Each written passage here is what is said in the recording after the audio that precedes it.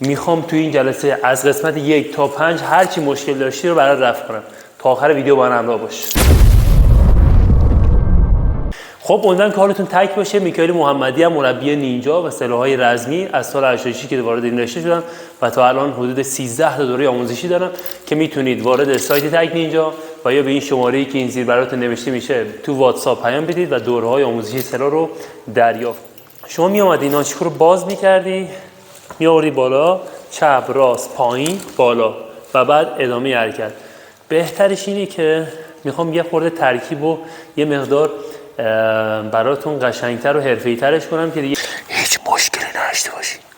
خب پس به محضی که نانچیکو رو این حالتی باز کردی، بیا سمت راست، کامل سمت راست. اینجا آلفا تا بزن پایین بالا.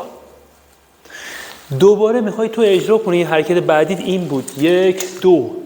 اینو فعلا اجرا نکن، بذار یه خورده نانچیکو رو گرم کنید، بدنتو گرم کنید. بعد چیکار میکنی؟ به محضی که پاتو باز کردی میاری سمت راست، چپ راست بالا، روبرو آلفا. دوباره همینو سمت چپ هم میزنی 1 2 3 آلفا. اینجا که دیگه آوردی حرکت دستو انجام بده، خیلی راحت.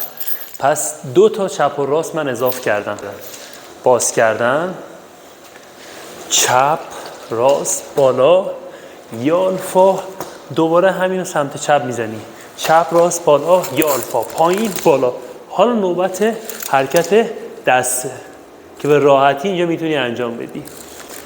دیدی یه مقدار توی ترکیبت، یه مقدار فکر کنی به ترکیبت، میتونی همون ترکیب رو هی جابجا کنی، بالانسش کنی، میزونش کنی و یه چیز خیلی خوب و حرفه‌ای از آب در بیاری. یه بار دیگه من اینو انجام میدم. باز کردم بالا، همزمان که من دارم میام بالا پای راست هم خم میشه، پای چپ صاف.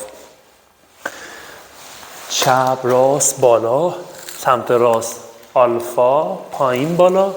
دوباره همین چپ راست بالا رو به سمت چپ میزنی، چپ راست بالا، آلفاش هم میزنی 1 2 پایین. داری بالا میاری، پای راست رو خم کن که دیگه راحت بتونی حرکت دست رو اینجا اجرا کنی. به همین سادگی شما میتونید ترکیب رو خیلی خوب و روون اجرا کنید.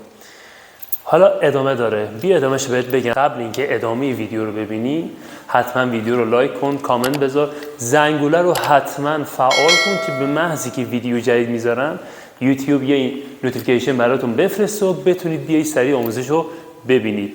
راستی کسایی که میخوان دوره نانچیکو رو تهیه کنن همین الان میتونن به این شماره‌ای که این زیر براشون نمایش داده میشه تو واتساپ پیام بدن و تمام حرکاتو، هر حرکتی که شما فکرشو کنید و داخل اون دوره قرار دادم. آموزش رو میتونید به راحتی توی کانال‌های تلگرامی یکی یکی فیلم‌ها رو نگاه کنید، دانلود کنید و چند بار هی ویدیو رو عقب جلو بدنید و به صورت نانچیکو رو هم تک هم دوبل رو یاد بگیرید. ادامه حرکتمون.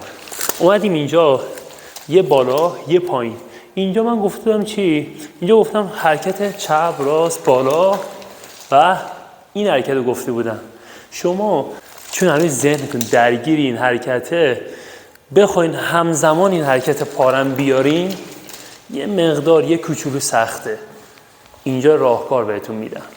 آوردی بالا، چپ و راست رو که زدی، یه چپ راست بالای خالی بیا، چپ راست بالا. اینجا دیگه بدن آماده واسه حرکت پا. خیلی راحت. یعنی تو هم وسط ترکیبت از حرکات قبلیت استفاده کردی، 2 نمایش تو بیشتر کردی، 3 ذهن تو باز کردی و آماده کردی که چی؟ پشت سر این حرکت بعدی رو نری، یه خورده آماده بشی و بعد حرکت بعدی رو بری. یه بار دیگه از اول میریم. 1 بالا، چپ راست بالا، آلفا، سمت چپ، چپ راست بالا، آلفا، پایین سمت راست، فراموش نکنی. 1 2. حالا حرکت چی بود؟ چپ راست بالا. 1 2 3 آماده. 1 2. به همین راحتی. یعنی یه ترکیب و یه نمایشی که میخواست 10 ثانیه طول بکشه 15 ثانیه 20 ثانیه طول کشید و همین باعث میشه که تایم نمایشت بیشتر باشه. دیدی بعضیاتون هنوز همین مشکل رو دارین، میگی من نهایت نمایش که خب با نانچیگو انجام بدم 10 ثانیه 15 ثانیه یا 20 ثانیه نهایت. خب تو میتونی همینجا تو این ویدیو کامل اینا رو ببینی. فقط شرطش اینه که این ویدیو رو لایک کنی، کامنت بذاری که این انگیزه‌ای بشه برای این که من بتونم ویدیوهای بیشتری رو برای شما ضبط کنم. با من تگ باشید.